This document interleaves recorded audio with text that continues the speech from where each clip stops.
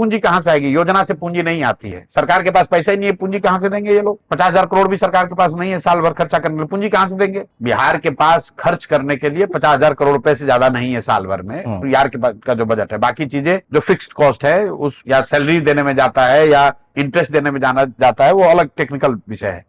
बिहार का जो planned expenditure है वो 50,000 करोड़ से कम है साल का। तो आप इतने लोगों को पूंजी कहां से दे देंगे? पूंजी आपको बैंकों से दिलाएंगे। बैंक से दिलाएंगे इसलिए कि अब पैसा कहां है बैंक के पास? बैंक जो है वो बिहार से हर साल करीब करीब 2 से 2.5 लाख करोड़ रुपया ट्रांसफर करते हैं दूसरे राज्यों में। ये पैसा बिहार के लोगों का पैसा है। एक रेशियो होता है आरबीआई का जिसको कहते हैं सीडी रेशियो, जो ये बताता है कि कितने बिहार के लोग कितना पैसा बैंकों में पैसा जमा कर रहे हैं और उसके एवज में कितना पैसा बैंक यहाँ लोन के तौर पर, पूंजी के तौर पर लोगों को दे रहा है। देश के स्तर पर यह आंकड़ा 70 से 75% होता है।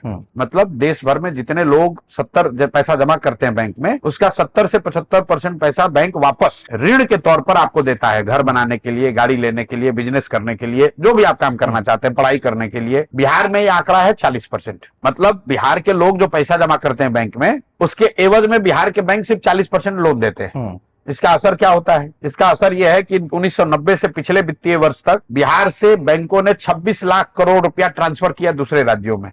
26 लाख करोड़ रुपया। ये टाटा बिरला का पैसा नहीं है, किसी उद्योगपति का पैसा नहीं है, बिहार की आम जनता, ये बिहार की आम जनता का पैसा है। ये पैसा गया कहाँ?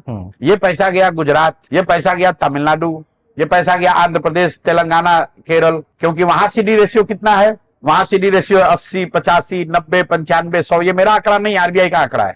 तो अगर आंध्र प्रदेश में लोगों ने बैंक में जमा किया 100 रुपया, लोगों को ऋण मिला 105 रुपया। बिहार में लोगों ने जमा किया 100 रुपया, हमको ऋण मिला 40 रुपया। अब आप कहिएगा बिहार में इसकी चर्चा तो होती नहीं है। आप पत्रकार है, आप रिसर्च करके आए, आप भी नहीं